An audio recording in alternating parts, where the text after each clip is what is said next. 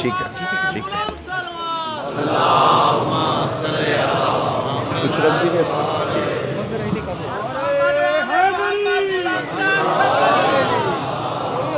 جو گھر بنا تھا فقط بخشش و عطا کے لیے، جو گھر بنا تھا فقط بخشش و عطا کے لیے، کہا پابند تھوڑا سا ساؤنڈ اندر کا بڑھ جائے گا، اندر کا ساؤنڈ. اور بی بی خدیجہ الکبریٰ تھا جس کا ایک زمانہ مکروز، اسی کی بیٹیاں روتی رہی رضا کے لیے.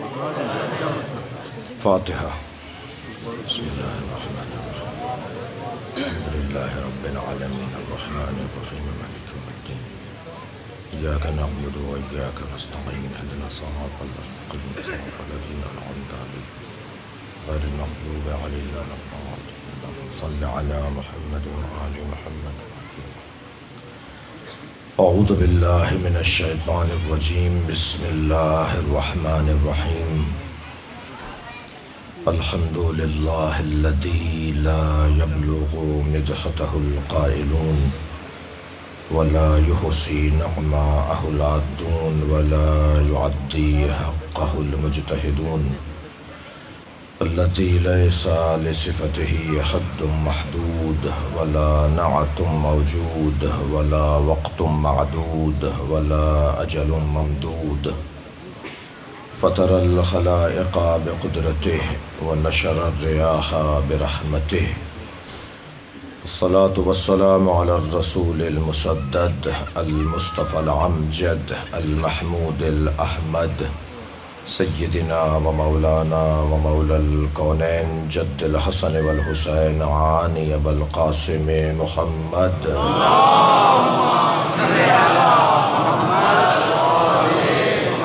وآله الطيبين الطاهرين المعصومين الذين قال الله إنما يريد الله ليذهب عنكم الرجس أهل البيت ويطهركم تطهيرا.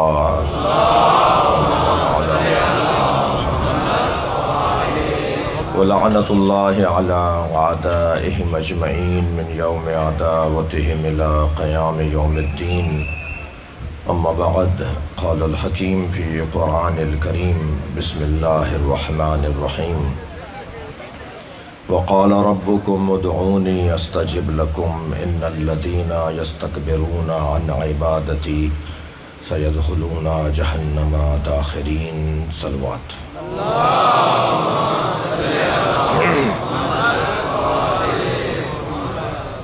بانی مجلس اعزاز جناب کوریجا صاحب اور ان کے برادران، حاضرین مجلس اور اس آبادی کے رہائشی تمام مسلمانوں کی حاجات کی برابری کے لیے بلند تر صلوات پڑھیں گے.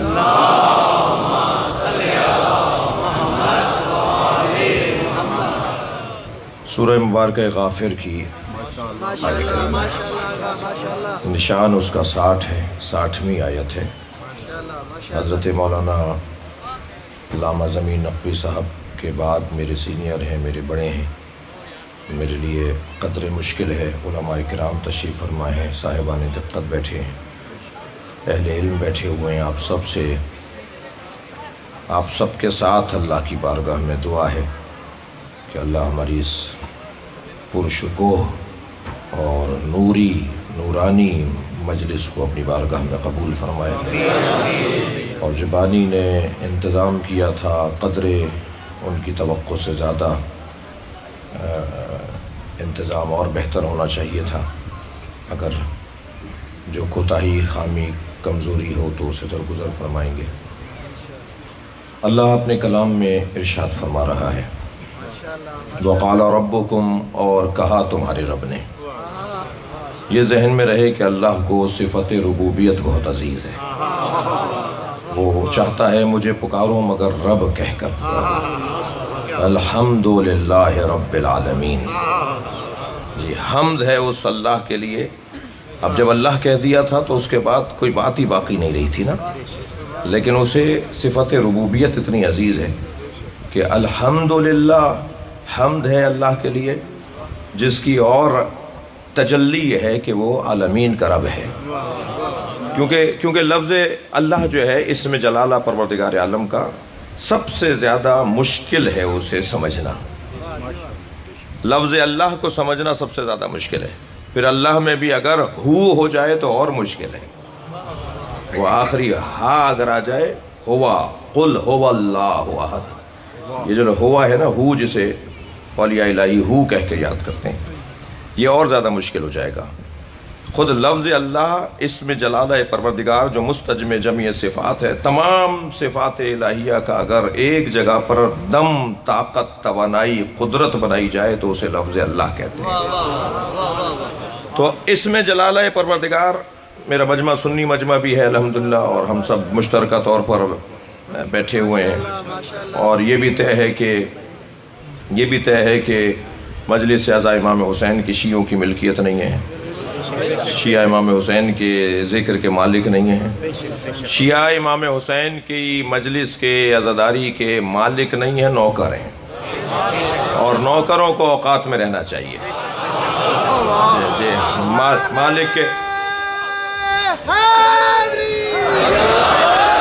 مالک کے مہمانوں کا خیال کرنا چاہیے. تو جو بھی مجلس اعزا میں آ کے بیٹھے گا وہ چاہے کوئی بھی ہو، سنی تو ویسے ہی ہماری جان ہے. حضرت آیت اللہ سیستانی فرماتے ہیں سنیوں کو بھائی نہیں کہو، بھائی تو دو لوگ ہوں تو بھائی بنیں گے نا. سنی ہماری جان ہے. اور الحمدللہ بہت اچھا ماحول ہے، کوئی پریشانی کی ضرورت نہیں ہے. مولا علی فرماتے ہیں فتنے کی زیادہ عمر نہیں ہوتی. صلوات پڑھ لیں ذرا محمد و آل محمد.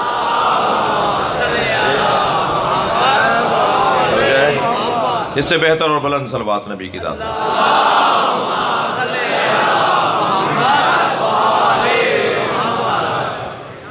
توجہ کر لی. لفظ اسم جلالہ پروردگار اس کا ترجمہ بھی نہیں ہے. جو انگلش میں ترجمہ ہوتا ہے، اردو میں ہم کہتے ہیں، اپنی اپنی زبانوں میں اللہ کا ترجمہ کرتے ہیں، وہ اللہ کے نام کا ترجمہ نہیں ہو سکتا. تو کیونکہ سمجھنا لفظ اللہ کو بہت مشکل ہے، لفظ اللہ کو سمجھنا، اسم جلالہ پروردگار کو سمجھنا بہت مشکل ہے.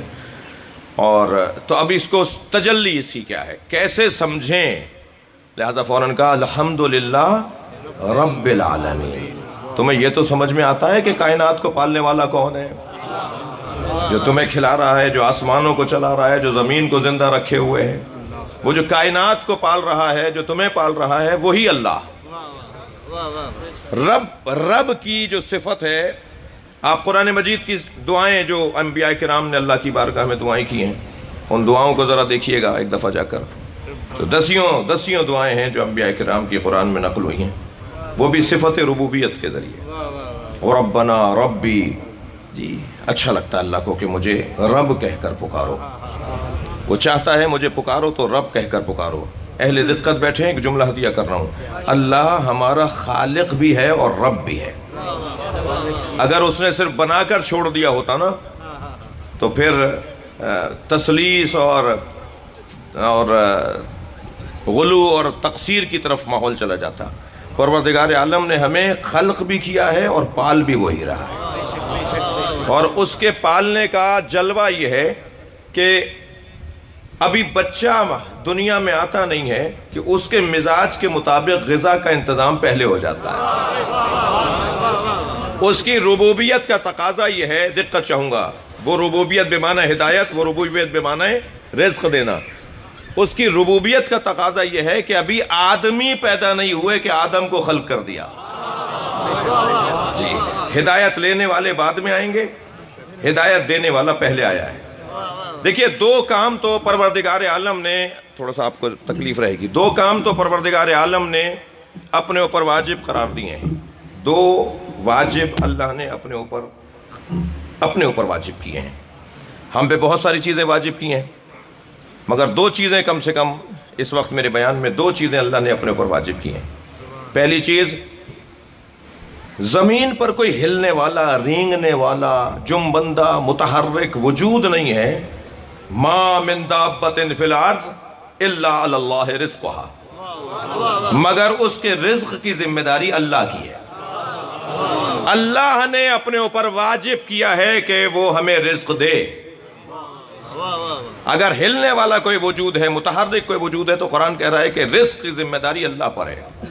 اب عجیب بات نہیں ہے کہ رزق کی ذمہ داری اس نے لی تھی، لوگ خود ڈھونڈنے نکلے۔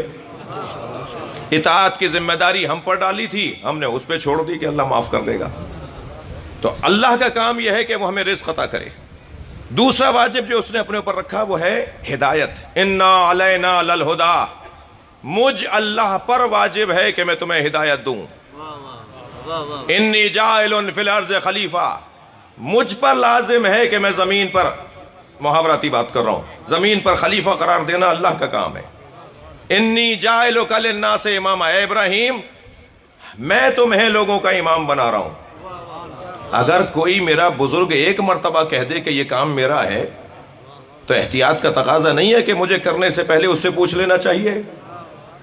وہ قرآن میں 10 جگہ کہہ رہا ہے کہ ہدایت دینا میری ذمہ داری ہے، تو ہادی بنانے سے پہلے ڈر کر نہیں بیٹھی ہے، خلیفہ بنانے سے پہلے کیا یہ حق نہیں تھا کہ پوچھ لیا جائے اللہ تو کسے ہمارے لیے ہادی قرار دے رہا ہے؟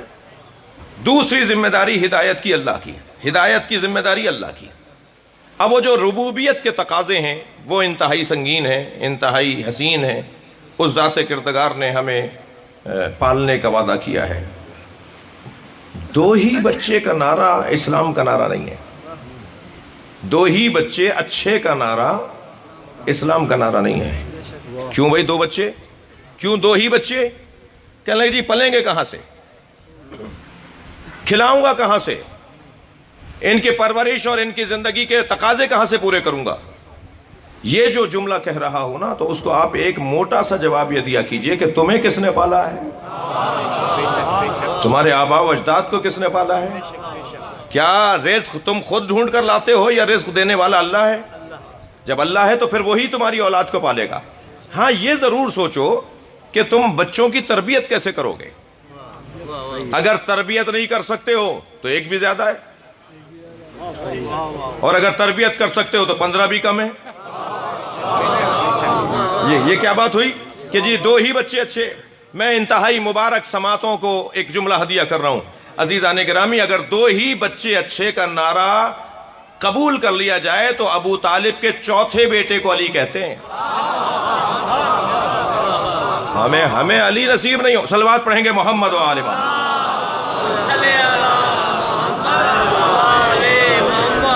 صفت ربوبیت کا تقاضا یہ ہے، صفت ربوبیت کا تقاضا یہ ہے کہ وہ ہمیں اپنی ذات سے جوڑنا چاہتا ہے۔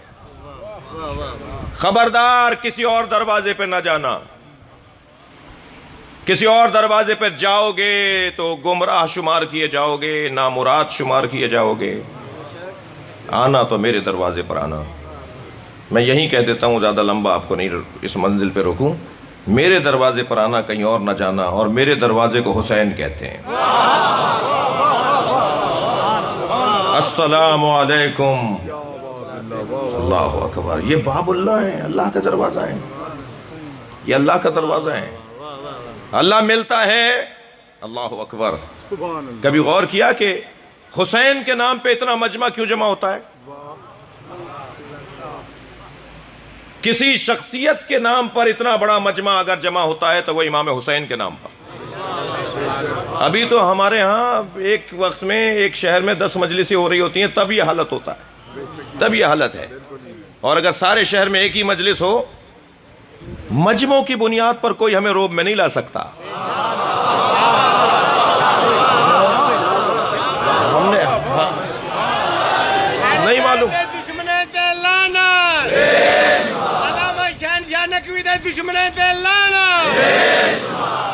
ہم تو آپ کو دعوت دی گئی، کوئی کارڈ چھاپا گیا تھا، ہمارے امجد بھائی نے کوئی کارڈ چھاپا تھا، بس ایک اعلان ہوا تھا کہ مجلس ہوگی اور لوگ آتے چلے گئے۔ یہی کیفیت پوری دنیا میں ہے، ہر جگہ ہے جی۔ ایک سوشل میڈیا پر ایک مفتی صاحب کا کلپ ڈلا ہوا ہے کہ اگر پاکستان میں شیعوں کو قتل نہ کیا گیا ہوتا اور یہ تکفیری نعرے بلند نہ کیے گئے ہوتے تو اس میں ہمارا نقصان جو ہوا وہ نہ ہوتا.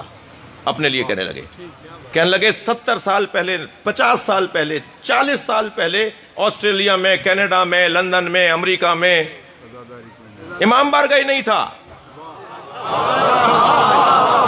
تم نے پاکستان میں انہیں اتنا مارا یہ پوری دنیا میں پھیل گئے.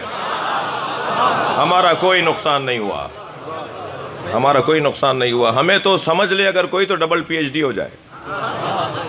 ہمارے تو خلق و خو ہی کچھ اور ہے. ہم جس گھڑے سے پانی پیتے ہیں اس کا ذائقہ ہی کچھ اور ہے.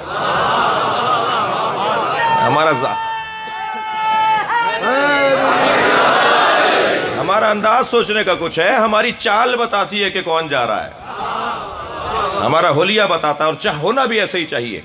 اور الحمدللہ بہت اچھی تصویر ہو گئی، بہت اچھا کردار الحمدللہ ہر دور کی طرح.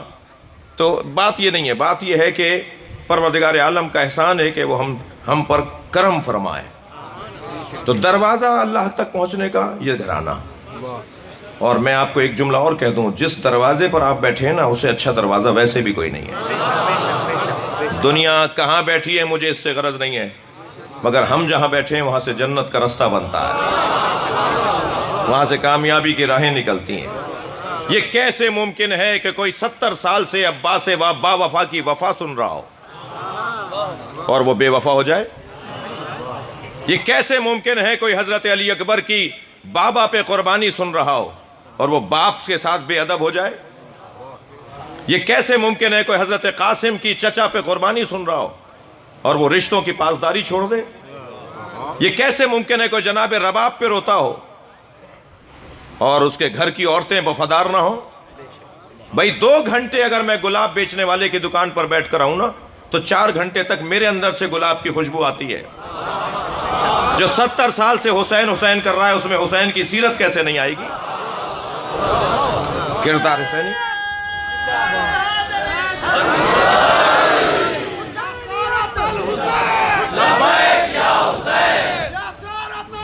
مل کے جواب دیں. توجہ کر لیا آپ نے؟ اللہ چاہتا یہ ہے کہ مجھ سے تمہارا تعلق جڑا رہے، اور اللہ سے صحیح تعلق اگر ہے تو وہ اس گھرانے کے ذریعے. یہ واسطہ فیض الہی ہیں، یہ یہاں سے بھی جڑے ہوئے ہیں اور وہاں سے بھی جڑے ہوئے ہیں. اور وسیلہ کہتے ہی اسے ہیں کہ جو 2 طرفوں سے جڑا ہوا ہو. جو ایک طرف کا ہو وہ وسیلہ نہیں ہو سکتا.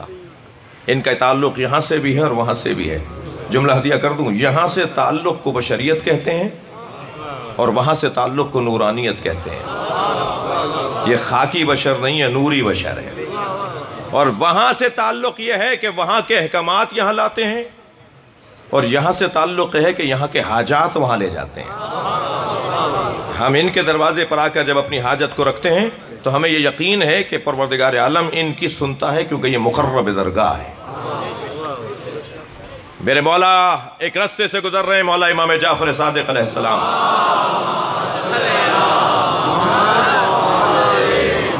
سامنے حضرت کا ایک چاہنے والا آتا نظر آیا، مگر عجیب بات یہ ہے کہ وہ شراب پی کر آ رہا تھا. امام کو آتے ہوئے دیکھا، کوچا بھی بہت تنگ تھا، گلی بھی بہت تنگ گلی تھی، کسی مجمع میں کسی بندے کے پیچھے چھپ نہیں سکتا تھا. امام سامنے ہے، یہ بھی سامنے ہے، ہاتھ میں بچی ہوئی شراب کی بوتل. امام کو آتے ہوئے دیکھا تو ہاتھ پیر کانپنے لگے کہ امام کے سامنے آ گیا اس حالت میں. تو شراب کی بوتل کو اپنی پشت پر لے گیا، پیچھے لے گیا، اور دیوار کی طرف مڑنے کی کوشش کی کہ کسی طرح چھپ جائے. دور سے امام کی آواز آئی، فلاں ہم تم سے ملیں گے. اب شراب کی بوتل اپنی پشت پر چھپا کے کھڑا ہے. امام نے فرمایا کیا ہے تمہارے ہاتھ میں؟ کانپنے لگا، کیسے بتاؤں کہ شراب ہے؟ مولا کو کیسے کہوں کہ شراب ہے؟ ہاتھ پیر کانپنے لگے، دل کی دھڑکنیں بڑھنے لگیں. جھوٹ بول دیا، مولا سرکہ ہے. مولا سے کیسے کہے کہ شراب پی کر آئے ہوں؟ اللہ اکبر. آپ دیکھ رہے ہیں کہ اس دروازے پر جو آئے گا تو وہ اللہ سے کیسے جڑے گا. کہنے لگا مولا سرکہ ہے میرے ہاتھ میں. حضرت نے فرمایا میرے ہاتھ میں ڈالو. اب اور دھڑکنیں بڑھنے لگی، ایسا لگ رہا تھا جیسے روح قبض ہو جائے گی. مولا کے ہاتھ پہ کیسے ڈالے؟ فوراً لو لگائی، یا اللہ تجھے جعفر صادق کا واسطہ، جس امام کے سامنے میں کھڑا ہوں تجھے اس کا واسطہ، مجھے اس شرمندگی سے بچا لے۔ امام نے فرمایا ڈالو میرے ہاتھ پہ۔ گھبرانے لگا، ہاتھ پیر کانپنے لگے۔ امام نے فرمایا جو تمہارے ہاتھ میں ہے ہم کہہ رہے ہیں وہ سرکہ ہے۔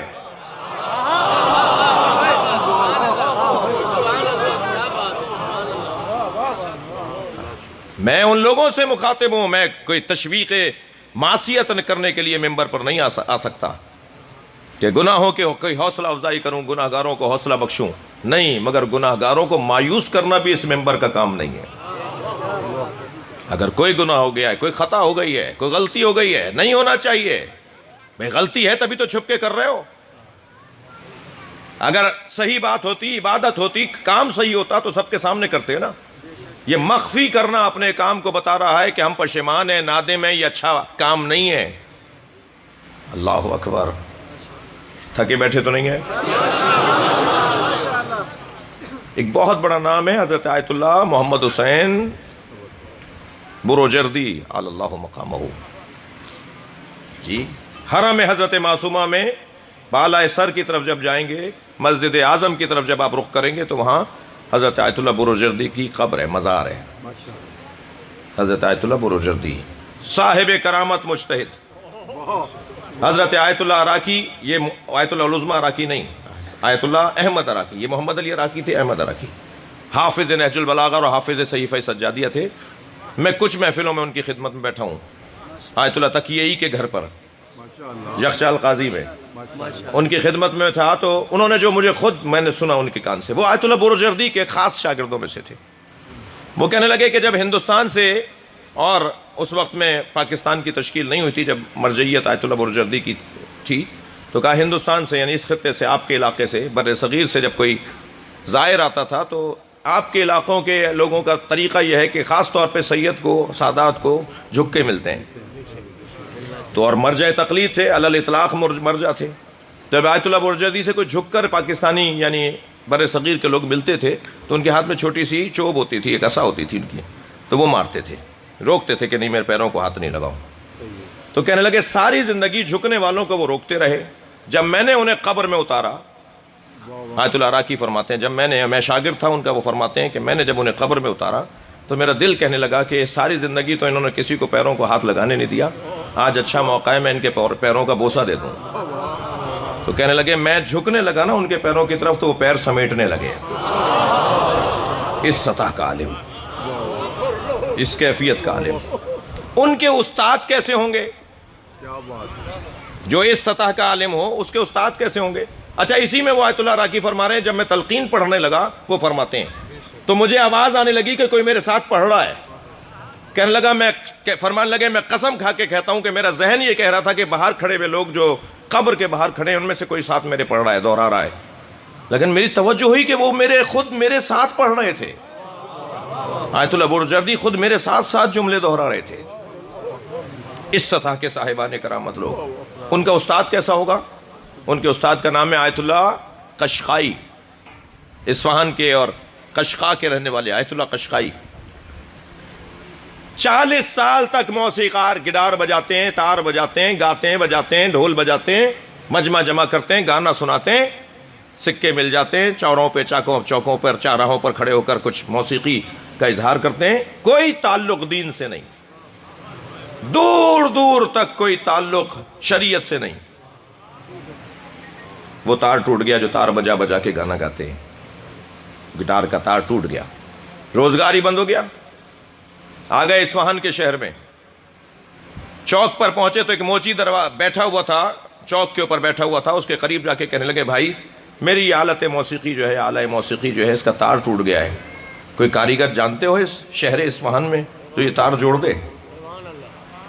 اس موچی نے پیروں سے لے کے سر تک دیکھا اور کہنے لگا تمہارا تار جو اللہ سے ٹوٹا ہوا ہے اس کے جوڑنے کی فکر ہے؟ بس یہ جملہ اتنا اثر کر گیا کہ زمین پر بیٹھ گئے، کہنے لگے یہ تار کون جوڑتا ہے؟ تم نے سچ کہا ہے، میرا تار تو ٹوٹا ہوا ہے، میرا تو اپنے اللہ سے کوئی تعلق ہی نہیں ہے۔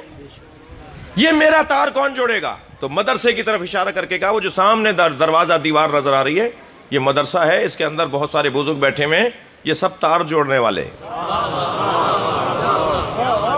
پہنچ گئے مدرسہ اصفہان میں، اور نہ صرف ایک مجتہد عالم بنے، اتنے بڑے عارف بنے کہ بروجردی جیسوں کے استاد بنے۔ عزیزو، مسئلہ ہی سارا تار جوڑنے کا ہے۔ مسئلہ ہی سارا یہ ہے کہ کیسے میرے رب سے تعلق ہو جائے۔ یہ تعلق کوئی اور نہیں کروا سکتا۔ خبردار، کسی اور دروازے پہ جانا نہ شرعن جائز ہے نہ عقلن جائز ہے۔ میں دھڑلے سے سینہ چوڑا کر کے کہہ رہا ہوں، اہل بیت کے علاوہ کوئی اللہ تک پہنچا ہی نہیں سکتا۔ جو لوگ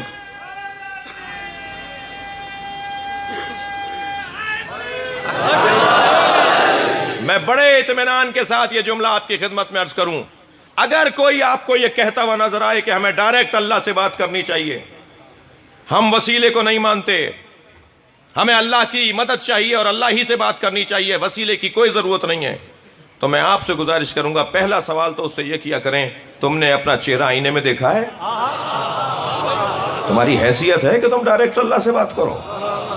اور اگر وہ کوئی قرآن کا حافظ ہو اور یہ آیت پڑھ کر سنا دے کہ الیس اللہ بکاف عبدہ، اے میرے بندے کیا اللہ تیرے لیے کافی نہیں ہے، تو اسے ایک جواب تو یہ دیجیے گا کہ ایک آیت پڑھ کر عقیدہ نہیں بنتا ہے، پورا قرآن پڑھنے کے بعد عقیدہ بنے گا۔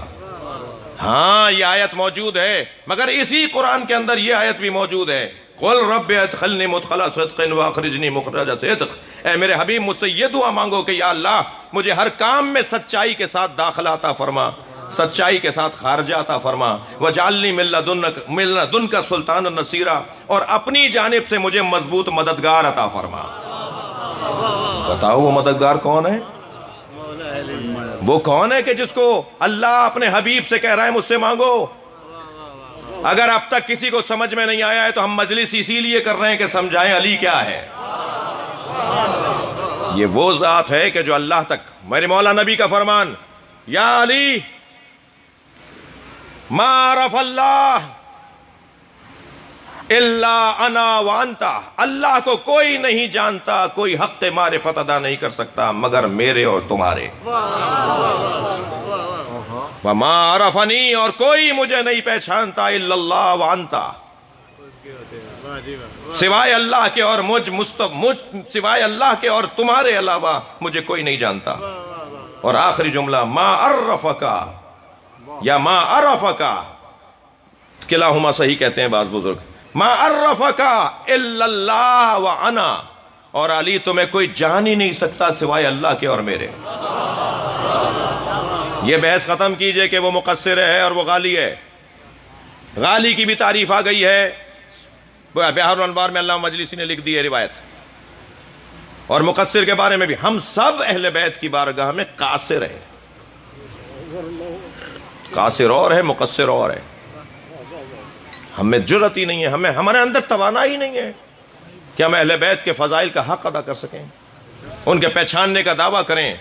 ہماری مثال تو میرے عزیزوں، میرے بچوں، جوانوں یہ ہے کہ جیسے سمندر کے کنارے کوئی کھڑے ہو کر سمندر کی تعریفیں کرے، اسے کیا پتا اس کی گہرائی کیا ہے، اسے کیا پتا اس کی وسعتیں کیا ہیں، اسے کیا پتا اس میں کیا کیا جواہرات پائے جاتے ہیں۔ ہماری مثال تو ایسی ہے۔ البتہ یہ بھی ذہن میں رہے کہ جو پہلے سے بیمار ہوتے ہیں وہ سمندر پہ جا کر شفا یاب نہیں ہوتے، بلکہ ان کی بیماریوں میں اور اضافہ ہو جاتا ہے۔ تو بہت سارے لوگوں کو فضائل اہل بیت سے شفا نہیں ملتی۔ صلوات پڑھیں ذرا محمد و آل محمد۔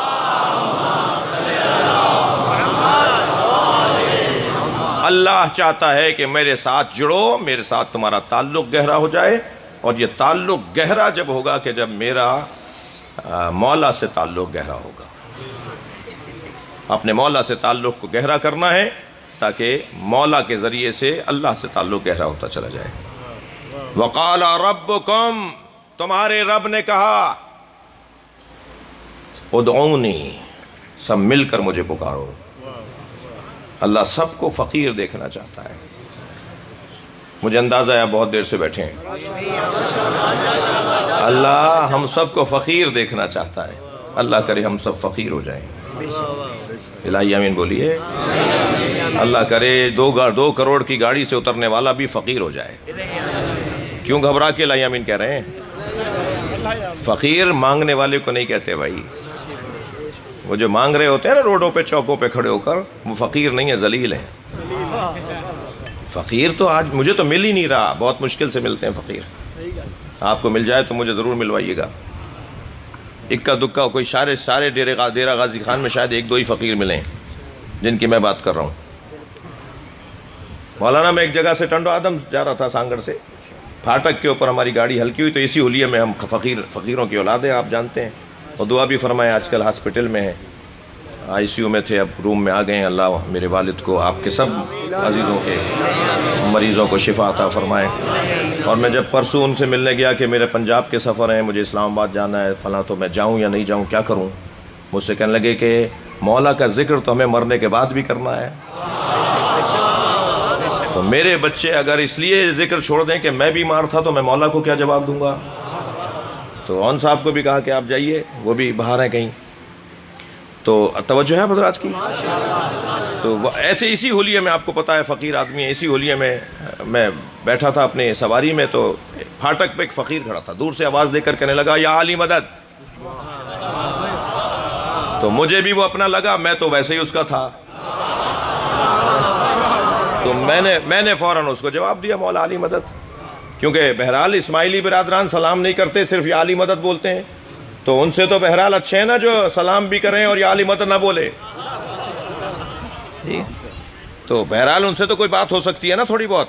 وہ 6 سے 12 تک آ سکتے ہیں، بھائی 6 کو 12 تک لانا زیادہ آسان ہے یا پہلے سے 12 تک لانا آسان ہے؟ مشکل ہے نا۔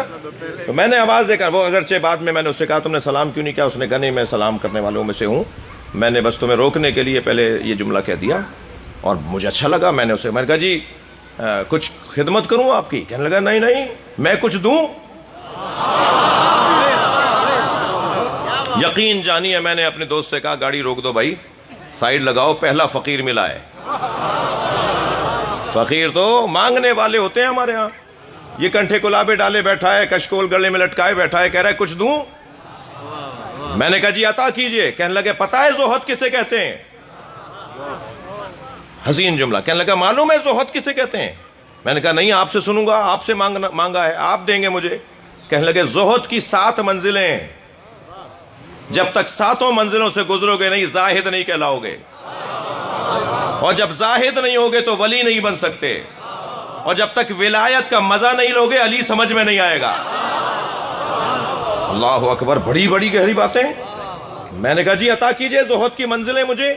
کہنے لگا 1 منزل دوں گا، پہلے اس پر کم سے کم 40 دن عمل کرو، پھر اس کے بعد اسے ہضم کر لو، پھر اس کے بعد دوسری منزل تمہیں کوئی مجھ جیسا مل جائے گا دینے والا۔ میں نے کہا جی عطا کریں۔ کہنے لگے ذات کی نفی کرو۔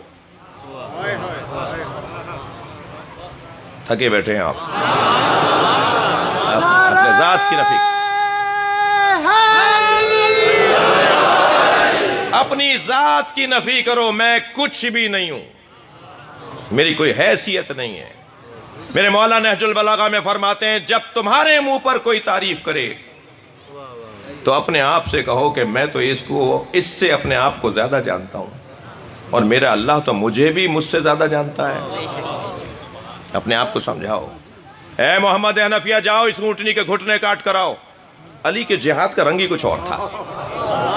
میرا آج مضمون نہیں ہے لیکن میرا پسندیدہ مضمون ہے کہ میں مولانا تو کوشش کی کہ 15 مولا علی کی تلوار کی خصوصیات، علی کے جہاد کی خصوصیات، خاصہ مولا علی کے جہاد کا کیا تھا۔ ان میں سے ایک مولا کے خصوصیت یہ تھی، اگر سنیں آمادہ ہو تو، مولا علی کے جہاد کی ایک خصوصیت یہ تھی کہ علی میدان میں اتر کے سرداروں کو ڈھونڈتے تھے تاکہ جنگ جلدی ٹھنڈی ہو جائے۔ بیچارے سپاہیوں کو مار کے کیا کرنا ہے، سپاہیوں کو مار کے، سرداروں کو پہلے مار دو جا کے جنگ ختم ہو جائے، ٹھنڈی پڑ جائے۔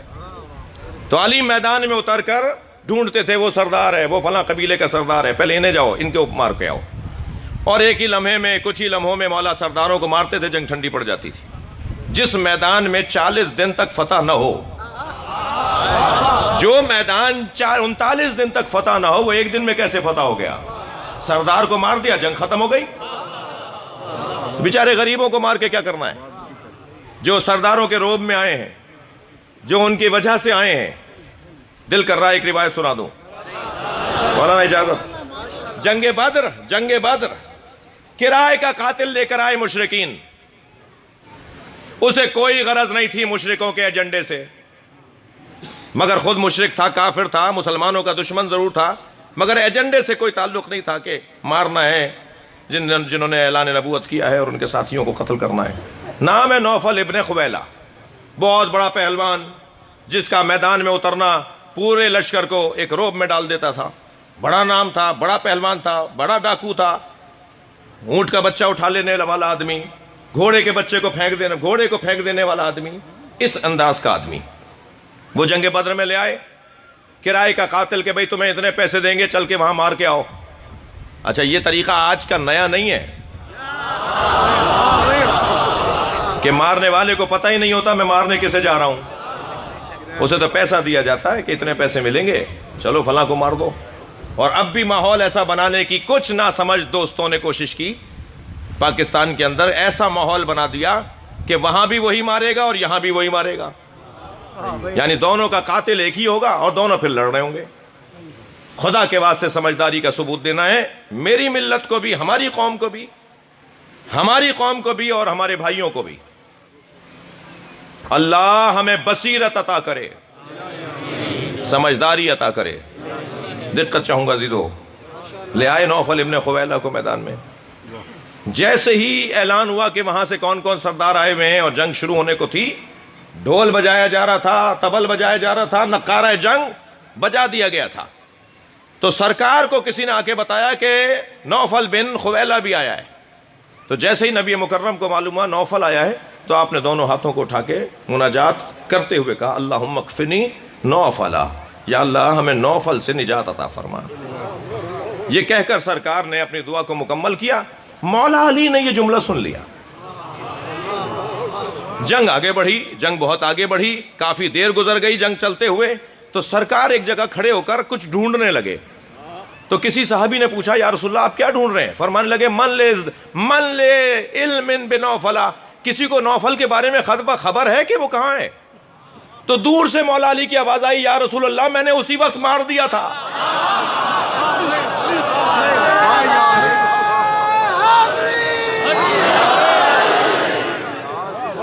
توجہ کر رہے ہیں آپ حضرات؟ بحث یہ ہے کہ اللہ کا قرب حاصل کرنے کے لیے ذریعہ وہ انتخاب کیا جائے کہ جو ذریعہ مضبوط. میں کسی ذریعے کا انکار نہیں کروں گا مگر علی جیسے ذریعے کا اقرار کروں گا، اس کا اظہار کروں گا، اور ہمیں کرنا ہے اور ہمیں سمجھانا ہے اپنے بھائیوں کو. قرب الہی میں یہ مقام بلند ترین مقام ہے. باب سنن کے اندر ہمارے بھائیوں کے یہاں ایک حدیث ہے کہ من اخلص للہ 40 یوما، جس نے 40 دن تک اللہ کی خاطر زندگی گزاری، اس کا بولنا، اس کا سننا، اس کا بیٹھنا، اس کا اٹھنا، آنا جانا، مسکرانا، ناراض ہونا، ہر کام اللہ کے لیے، زیادہ بھی نہیں، 40 دن. تو معصوم ارشاد فرماتے ہیں کہ اللہ کہہ رہا ہے، یہ حدیث قدسی ہے، کہ اس کا ہاتھ اللہ کا ہاتھ ہو جائے گا، اس کی زبان اللہ کی زبان ہو جائے گی، جی، اس کی آنکھیں اللہ کی آنکھیں ہو جائیں گی. تو ہم نے ایک بزرگ سے کہا کہ یہ حدیث تو آپ کے ہاں بھی موجود ہے، ہمارے عزیزوں کے ہاں بھی موجود ہے، ہمارے بھائیوں کے ہاں بھی موجود ہے. کہنے لگے ہاں جی یہ موجود ہے. ہم نے کہا جی 40 دن تک میں اور آپ اگر محنت کریں تو ہمارا ہاتھ ید اللہ ہو جائے، ہماری زبان لسان اللہ ہو جائے. کوئی ایک لمحہ تو بتائیے علی کی زندگی کا جو اللہ کی خاطر نہ گزرا ہو. یہ اللہ کی خاطر ہی تو زندگی گزری ہے، تبھی تو اتنی دشمنیاں ہوئی ہیں. ورنہ مولا کیوں مخالفت لیتے؟ علی کے بچوں کو کاٹ دیا، نسلوں کو، علی کے اولادوں کو علی کو جگہ جگہ قتل کر دیا. کس وجہ سے؟ اس لیے کہ علی نے ان کے بڑوں کو مارا تھا. اور علی کو یہ غرض نہیں میرے مولا کو کہ میں جسے مار رہا ہوں ان کے بچے میرے بچوں کے ساتھ کیا کریں گے، بلکہ علی کو تو یہ غرض ہے کہ میرا اللہ کیا چاہتا ہے. اور یقین جانی عزیزان گرامی، جتنا مولا علی سے دشمنی کا اظہار طول تاریخ میں کیا گیا، کسی اور سے اس کا عشر عشیر بھی کیا جاتا تو اس کا نام تک مٹ گیا ہوتا. حکومتوں نے پیسہ خرچ کیا علی کا نام چھپانے کے لیے. درباروں سے اٹھا دیا جاتا تھا جس کا نام علی حسن حسین ہوتا تھا. عدالتوں میں گواہیاں قبول نہیں ہوتی تھی جس کا نام اہل بیت کے نام پر ہوتا تھا. محفلوں میں ذلیل کیا جاتا تھا اگر کسی کا نام اہل بیت کے ناموں میں سے نام ہوتا تھا. اتنا کچھ کیا گیا، مگر آج بتائیے سب سے زیادہ نام کس کا ہے؟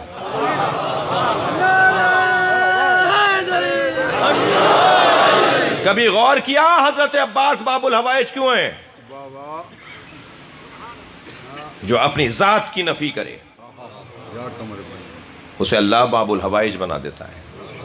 جو 34 سال تک کربلا کا انتظار کر رہا ہو، باب مصائب میں نہیں ہوں لیکن مثال دے رہا ہوں کہ قرب الہی، اور یہی دلیل ہے کہ ہم ان سے جڑے ہوئے. جو 34 سال تک کربلا کا انتظار کرے، اور کربلا کا انتظار کرتے ہوئے جب کربلا پہنچ جائے تو امام حسین فرمائے ہمیں پہل نہیں کرنی، اور جب 9 محرم کو پہل ہو جائے، یہ بیان علامہ نقن صاحب کا ہے جو میں بھی کہہ رہا ہوں، اللہ ان کی مغفرت فرمائے. جب 9 محرم کو پہل ہو جائے تو نقن صاحب فرماتے ہیں جتنے خوش عباس اس دن اس لمحے نظر آئے، اس سے پہلے عباس کے چہرے پہ ایسی بشاشت نہیں تھی. مولا سے آ کر کہا مولا پہل ہو گئی، جواب دوں؟ فرمایا جاؤ 1 رات کی مہلت لے کر آؤ. حضرت علی اکبر کو بھیج دیتے. مولا حسین نے حضرت حبیب ابن مظاہر کو بھیج دیا ہوتا، مگر کیوں عباس کو بھیج رہے ہیں؟ آج ایسے ہی مولا عباس کا روزہ کربلا میں حسین کے روزے کے برابر نہیں ہے، برابر کے 2 روزے ہیں. کوئی کربلا جاتا ہے نا تو جیسا حسین کا روزہ ایسا عباس کا روزہ. یہ مقام ایسے ہی نہیں ملا ہے. یہ باب الحسین جو مولا عباس قرار پائے، حسین باب اللہ اور حسین کا دروازہ عباس، یہ اپنی ذات کی نفی کرنے کی وجہ سے. خدا کے واسطے میں اپنے بچوں اور جوانوں سے کہہ رہا ہوں، کل خیرپور میں چودھری ساجد صاحب کی برسی کل شام رات کو پڑھی. پورے ڈسٹرکٹ خیرپور کے سیاستدان، اہل سنت، شخصیات، نون لیگ، پی ٹی آئی اور پیپلز پارٹی اور کون کون دنیا جہان کے لوگ آئے ہوئے تھے. وہاں بھی میں نے ایک جملہ کہا، یہاں بھی دل کر رہا ہے وہ جملہ کہہ دوں. عزیزان گرامی، 2 لوگوں کو تو ویسے ہی علی کا نام نہیں لینا چاہیے. 2 لوگوں کو یا علی نہیں بولنا چاہیے یا علی مدد نہیں بولنا چاہیے، علی علی نہیں کرنا چاہیے. ایک بزدل کو، ایک کنجوس کو. کیا تعلق؟ کیا تعلق ہے اس کا مولا علی سے جو کنجوس ہو؟ کیا تعلق ہے اس کا مولا علی سے؟ حق نہیں ہے اسے علی کہنے کا جو بزدل ہو. نہ بزدل کا علی سے کوئی تعلق ہے، نہ کنجوس کا علی سے کوئی تعلق ہے. علی کا نام انسان کو عالی بناتا ہے. یہ ذکر انسان کو بلند کر رہا ہوتا ہے. مجھے وہ سنی بڑا اچھا لگتا ہے جو لاکھوں شیعوں میں ہاتھ باندھ کے نماز پڑھتا ہے. کربلا معلیٰ میں، مشہد مقدس میں، حرم حضرت معصومہ میں، لاکھوں شیعوں میں وہ ہاتھ باندھ کے نماز پڑھتا ہے. واللہ مجھے اچھا لگتا ہے 2 باتوں کی وجہ سے. ایک بات تو یہ کہ وہ ہاتھ باندھ کے نماز پڑھ کر بتاتا ہے جو دین میں نے سمجھا ہے اس پہ عمل کرنے کی جرت بھی رکھتا ہوں. دوسرا پیغام وہ یہ دیتا ہے، خبردار شیعوں سے ڈرنا نہیں، یہ مارتے نہیں ہیں.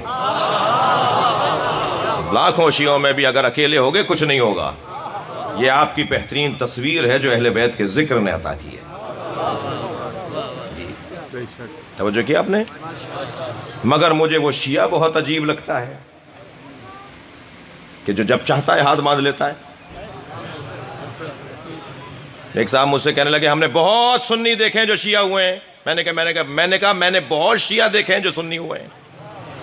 کہنے لگا آپ نے کہاں شیعہ دیکھ لیے جو سنی ہو گئے؟ میں نے کہا یہ ہمارے 21ویں گریڈ کے افسران، یہ ہمارے بڑے بڑے زمیندار، یہ ہمارے M P M N As, یہ بہت زیادہ بڑے لوگ، البتہ جو ہیں ان کی تعریف نہیں ہو رہی، میں برائی نہیں ہو رہی، جو اکثریت کی بات کر رہا ہوں. یہ جب چاہتے ہیں ہاتھ باندھ لیتے ہیں. مولانا کیا کریں، سارے دوست سنی تھے. تمہیں کیا علی ماننے پر شرمندگی ہے؟ سینہ چوڑا کر کے کہو علی کا طرز زندگی منافقت کی موت ہے. علی کا طرز زندگی منافقت کی موت ہے. ہماری درسگاہ کربلا کربلا. مل کر جواب دیجئے. ہماری درسگاہ کربلا کربلا. حق کا سیدھا راستہ کربلا کربلا.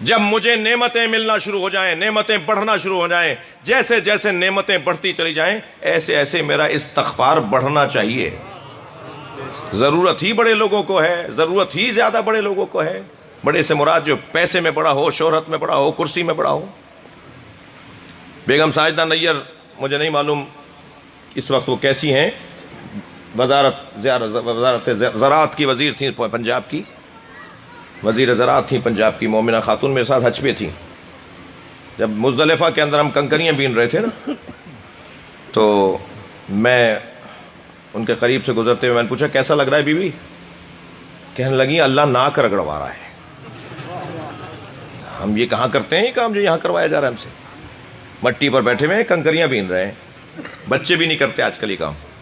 کہنے لگا اللہ خوب ہمیں ذلیل کر رہا ہے، خوب ناک رگڑ رہا ہے۔ کہنے لگے مولانا میں واپس جا کر پنجاب اسمبلی کے بعد، یہاں کیونکہ پنجاب اسمبلی کی ممبر تھیں، وزیر تھیں، کہنے لگے باہر جا کر، وہاں جا کر میں اسمبلی کے باہر 3 ستون بنواؤں گی، اور تمام اراکین اسمبلی سے کہیں گے پہلے ان 3 ستونوں کو پتھر مار کر اندر آؤ۔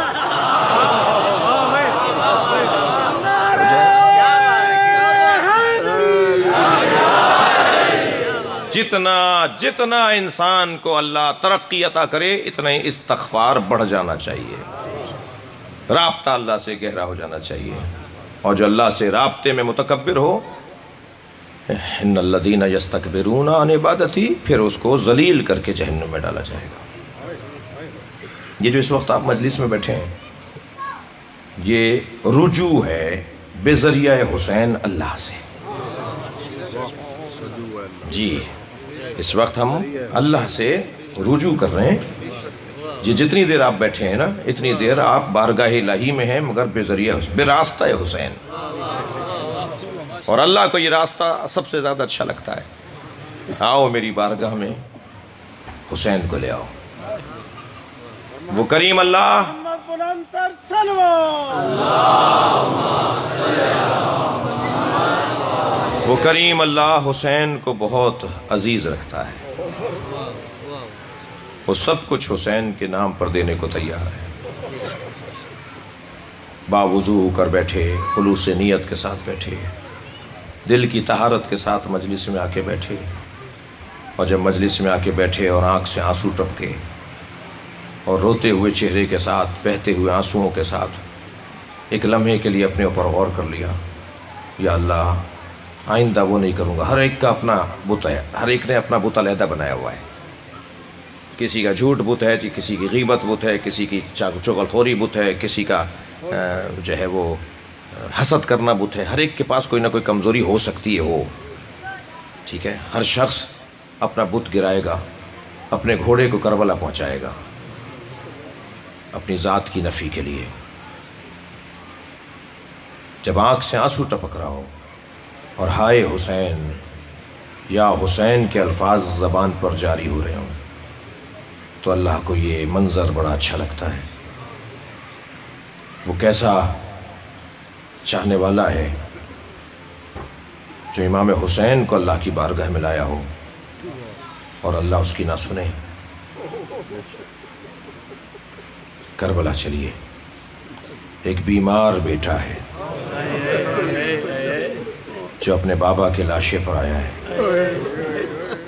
پہلا زائر جسد حسین امام زین العابدین۔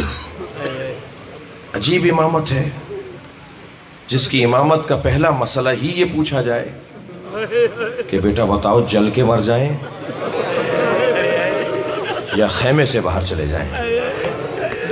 کیا مظلومیت ہے، کیا سخت امتحان ہے امام سجاد کا۔ اور امام سجاد فرمائے پھپھی اماں علیکم بالفرار، باہر جانا آپ پر واجب ہے۔ اور کیسے گئی ہوں گی باہر، میں رونے والوں سے پوچھ کر خود بھی اپنے اوپر اس غم کو طاری کروں جو زینب بغیر چادر کے کبھی بابا کے سامنے نہ گئی ہو، جو بی بی بغیر چادر کے بھائیوں کے سامنے نہ جاتی ہو۔ اس نے شام غریبہ میں مغرب کی نماز بغیر چادر کے کیسے پڑھی ہوگی؟ جب نماز مغرب میری بی بی نے پڑھی ہوگی اور اللہ اکبر کہا ہوگا تو عجب نہیں سوچا ہو یا اللہ میری اس نماز کو قبول کر لے، یہ تیری بارگاہ میں زینب آئی ہے، اور شاید وہ نماز جناب زینب کی نمازوں میں نماز ہو، اور اس امام پر بھی سلام جس نے ایک سجدے میں ساری رات کاٹ دی۔ شکراً شکرا حقاً حقا، یا اللہ تیرا شکر ہے تو نے ہمیں اس قابل سمجھا کہ ہم سے آزمائش لے، ہمیں مبتلا کرے آزمائش میں۔ 11 محرم آئی تو پہنچے ہیں اپنے بابا کے لاشے پر، تو اللہ کسی بیٹے کو باپ کا ایسا لاشا نہ دکھائے۔ جب پہنچے ہیں نا، آپ رو رہے ہیں، آپ کی آنکھوں میں آنسو آ رہے ہیں، تو امام سے بابا کا لاشا پہچانا نہیں گیا۔ امام کی پسلیاں کمر سے نکل رہی تھی۔ بڑا عجیب منظر تھا امام حسین کے لاشے کا۔ عزادارو، آیت اللہ نظری منفرد نے قصہ کربلا میں اس روایت کو لکھا ہے کہ ایک یزیدی سپاہی جب خیمے لوٹ رہے تھے، خیموں میں تبرکات لوٹے جا رہے تھے، اور اس کے بعد خیموں کو آگ لگا دی گئی، اسے پہنچنے میں دیر ہوئی، تو اس نے پہنچ کر اپنے ان سپاہی دوستوں سے کہا کہ مجھے کچھ نہیں مل رہا، تم نے سب لوٹ لیا۔ تو ان میں سے ایک سپاہی نے کہا حسین کا لاشا لوٹا جا رہا ہے، جاؤ حسین کے لاشے سے کچھ مل جائے تمہیں۔ کہتا ہے میں جب حسین کے لاشے پر پہنچا تو وہاں بھی سب لٹ چکا تھا۔ یہ بڑے سخت جملے ہیں، بعض اوقات ایک جملے پہ گھنٹوں رویا جائے، بہت طویل مسائل پڑھنے کی بعض اوقات ضرورت نہیں ہوتی، ایک جملہ ہی رونے کے لیے بہت ہوتا ہے۔ جی میں اگر اس ممبر سے ابھی گر جاؤں تو میرا بھائی مجھے سہارا دے گا، مولانا کیا ہوا، چوٹ تو نہیں لگی؟ میرے ماں باپ قربان، میری نسلیں قربان حسین کی جوتیوں پر۔ حسین گھوڑے سے گر گئے، کسی نے بڑھ کر نہیں سہارا دیا۔ وہ ذوالجناح زمین پر لیٹ گیا تھا کہ کسی طرح دوبارہ بیٹھ جائیے، میں آپ کو کہیں اور لے جاؤں، مگر حسین مظلوم کے بدن مبارک میں سکت نہیں تھی کہ دوبارہ گھوڑے پر بیٹھتے۔ وہ جا نہیں رہا تھا حسین کو چھوڑ کے، لاشے کے گرد، بدن کے گرد چکر کاٹ رہا تھا، سپاہیوں کو قریب آنے سے روک رہا تھا۔ حسین مولا، اللہ اکبر۔ ایک اور جملہ، ایک بزرگ عالم دین آیت اللہ شیرازی یا حضرت آیت اللہ حائری، وہ حرم میں معصوم میں بیٹھے مصائب سن رہے ہیں، ذاکر نے ایک جملہ کہا جس پہ انہوں نے چیخیں مار مار کے گریہ کیا، اور پھر 3 گھنٹے تک بے ہوش رہے، اور وہ جملہ یہ تھا کہ آواز دی گئی زینب کو دربار میں لایا جائے۔ اجرکم اللہ۔ بعض اوقات گریہ کے لیے، بعض اوقات رونے کے لیے ایک جملہ بہت ہوتا ہے۔ کہتا ہے میں جب پہنچا حسین کے لاشے پر تو حسین کا لاشا لٹ چکا تھا، کوئی امامہ لے جا چکا تھا، کوئی ابا لے جا چکا تھا، کوئی نالینیں اتار کے لے گیا تھا۔ کہتا ہے حسین کے بدن پر کچھ نظر نہیں آ رہا تھا سوائے ایک پھٹے ہوئے کرتے کے، جسے حسین نے خود، میرے مولا نے خود کئی جگہ سے چاک کیا، تار تار کیا، اس کو پھاڑا امام نے۔ کہنے لگا میں نے دیکھا تو محسوس کیا کہ اس کرتے کی کوئی قیمت نہیں ملے گی، تو میں حسین کے بدن سے کرتا نہ اتاروں۔ میں جانے لگا تو ایک دم توجہ ہوئی کہ حسین نے کرتا روکنے کے لیے کمر میں پٹکا باندھا ہوا ہے۔ میں نے جب اس پٹکے کو دیکھا جو حسین کی کمر میں بندھا ہوا تھا تو مجھے خیال آیا کہ اس پٹکے کی قیمت مل جائے گی۔ کہتا ہے کہ میں جب حسین کے برابر میں بیٹھا، آیت اللہ نظری منفرد نے لکھے ہیں یہ مسائل، جب میں حسین کے جسد کے بدن کے برابر میں بیٹھا تو دیکھا کہ حسین نے 2 گرہیں لگائی ہوئی ہیں، اس پٹکے میں 2 گرہیں لگائی ہوئی ہیں۔ کہنے لگا میں نے گرہ کھولنا چاہی تو حسین کا ہاتھ اٹھنے لگا، کہنے لگا مجھے ایک روب ستاری ہونے لگا، میں گھبرانے لگا، مگر میں نے جلدی کیا کہ کسی طرح سے گرہ کھل جائے۔ حسین کا ہاتھ اس گرہ پر آ گیا، میں نے بہت چاہا کہ حسین کا ہاتھ اٹھاؤں مگر ہاتھ اٹھتا نہیں تھا۔ میں نے پوری طاقت سے حسین کا ہاتھ گرہ سے ہٹانا چاہا، وہ ہاتھ ہٹ نہیں رہا تھا۔ تو سنیں گے عزادارو کیا کہتا ہے، وہ کہتا ہے میں نے خنجر نکال کر حسین کا ہاتھ کاٹ دیا۔ اجرکم اللہ، اجرکم اللہ۔ آپ کی آوازیں بلند ہیں، مولا آپ کو اجر و ثواب عطا فرمائے۔ وہ کہتا ہے کہ جب حسین کا ہاتھ کٹ گیا تو پھر میں نے گرہ کھولنا چاہی تو حسین کا دوسرا ہاتھ گرہ پر آ گیا۔ سنیں گے عزادارو، وہ کہتا ہے میں نے دوسرا ہاتھ بھی کاٹ دیا۔ میں ان رونے والوں سے سوال کرتا ہوں زینب نے کیسے دیکھا ہوگا؟ میری بی بی سکینہ نے بابا کا یہ حال کیسے دیکھا ہوگا؟ امام سجاد، اجرکم اللہ، اجرکم اللہ۔ آپ کی آوازیں بلند ہیں، جب بلند آواز سے آپ روتے ہیں تو امام جعفر صادق دعا دیتے ہیں، یا اللہ یہ ہمارے عمر کو زندہ کر رہے ہیں، یہ احیاء امر امامت کر رہے ہیں، جب پہنچے ہیں امام سجاد بابا کے لاشے پر تو لاشا پہچانا نہیں گیا.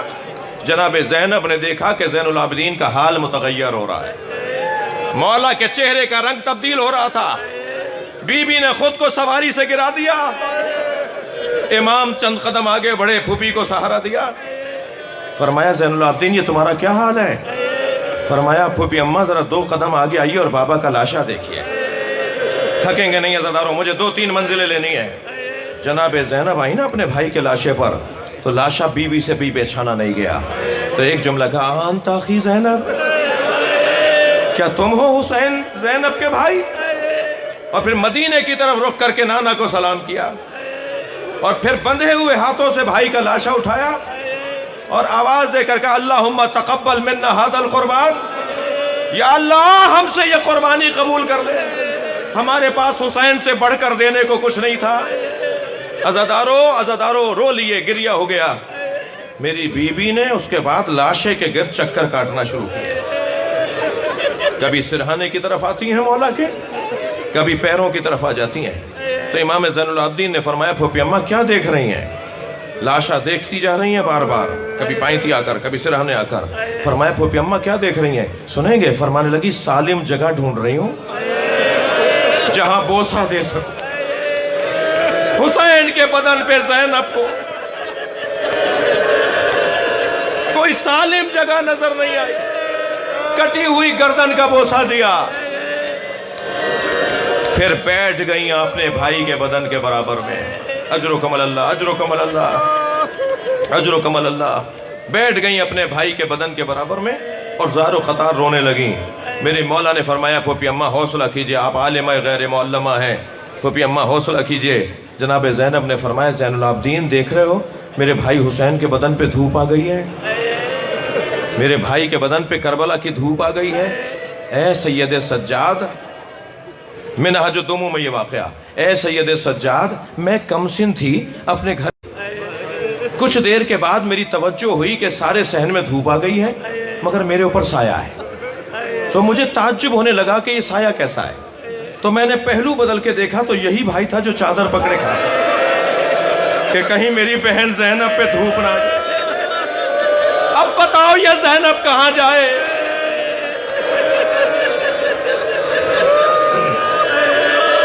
اجرکم اللہ, اجرکم اللہ. عزادارو جلدی نہیں ہے, مجھے 1 منزل اور لینے دیجئے. اللہ آپ کو آنسو عطا کرے. مجلس عزا میں جو کسی کو رونا نہ آ رہا ہو نا تو برابر میں بیٹھے روتے ہوئے عزادار کے ساتھ دعا کریں کہ یا اللہ 1 آنسو حسین کے لیے دے دے.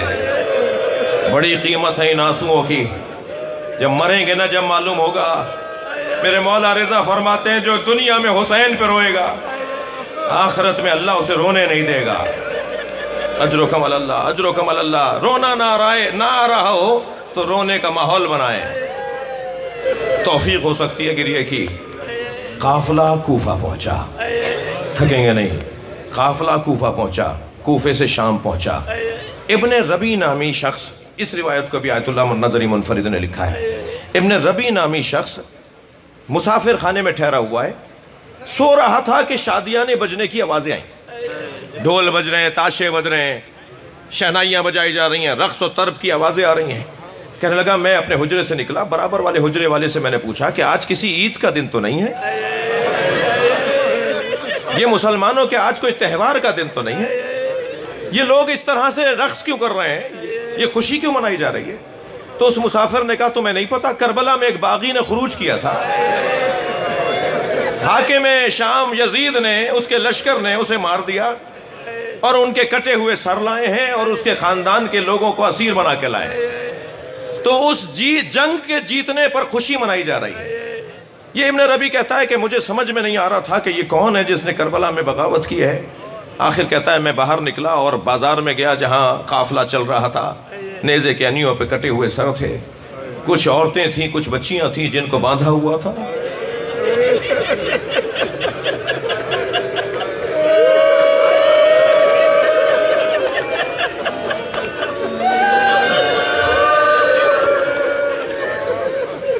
کہتا ہے ان کے آگے آگے ایک ہتھکڑیوں اور بیڑیوں میں اسیر تھا, وہ چل رہا تھا. عجیب روایت ہے، کہتا ہے کہ میں ان کے قریب گیا اور میں نے کہا تم نے کیا کیا تھا، کیوں ایسا کام کیا جو تمہیں مارا گیا؟ تو ان کی گردن جھکی ہوئی تھی، انہوں نے گردن اٹھا کے مجھے دیکھا اور کہا ابن ربیع تم تو شام کے رہنے والے نہیں ہو۔ کہنے لگا میرے ہاتھ پیر کانپنے لگے، یہ کون ہے جو میرے نام سے جانتا ہے، میرے علاقے کو جانتا ہے؟ میں نے کہا آپ کون ہیں؟ کہنے لگے میں علی ابن الحسین زین العابدین۔ ابن ربیع کہتا ہے میں مولا کے قدموں میں گرا، مولا آپ حسین کہاں ہیں؟ کہا وہ جو نیزے کی ہنی پر قرآن کی تلاوت سر کر رہا ہے وہ میرے بابا حسین کا سر ہے، اجرکم اللہ۔ ایک مرتبہ تلوار نکالنا چاہتا تھا، امام کی آواز آئی خبردار تلوار نہیں نکالو، اللہ کسی کریم کو یہ دن نہ دکھائے۔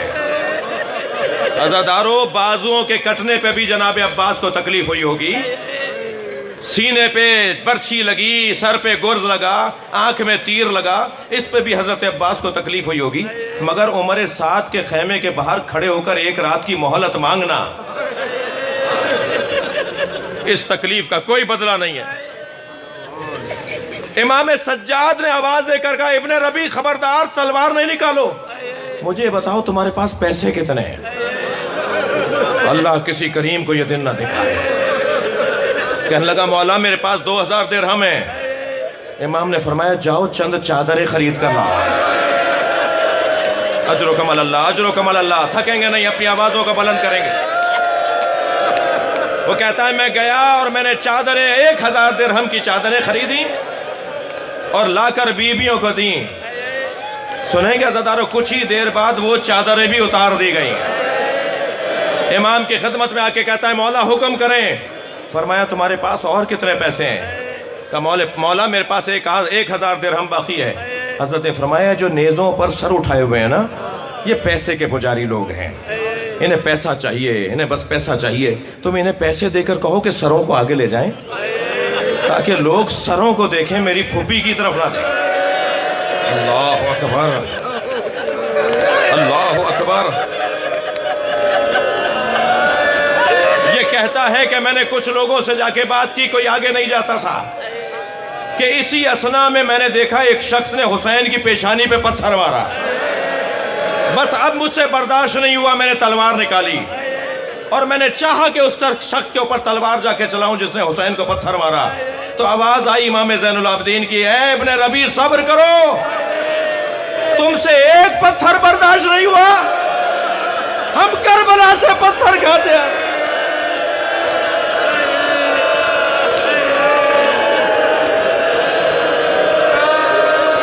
الا لعنت اللہ علی قوم الظالمین فسيعلم الذین ظلموا ای منقلب ينقلبون۔ یا اللہ ان آوازوں پر رحمت نازل فرما،